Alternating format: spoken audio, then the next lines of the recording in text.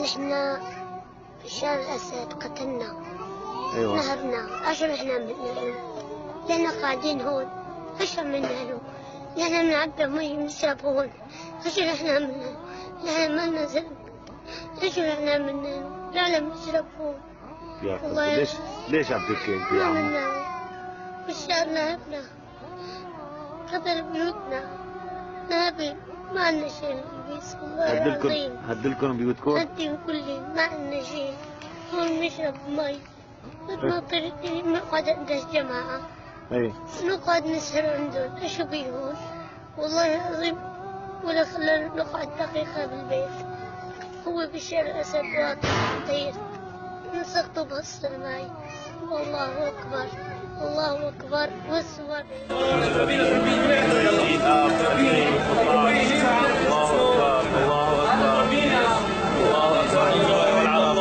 الإسلام انظروا مجاهدة هذا الفاجر بالمعصية. هؤلاء الأطفال سيحاسب عليهم كله دفاتر. خبز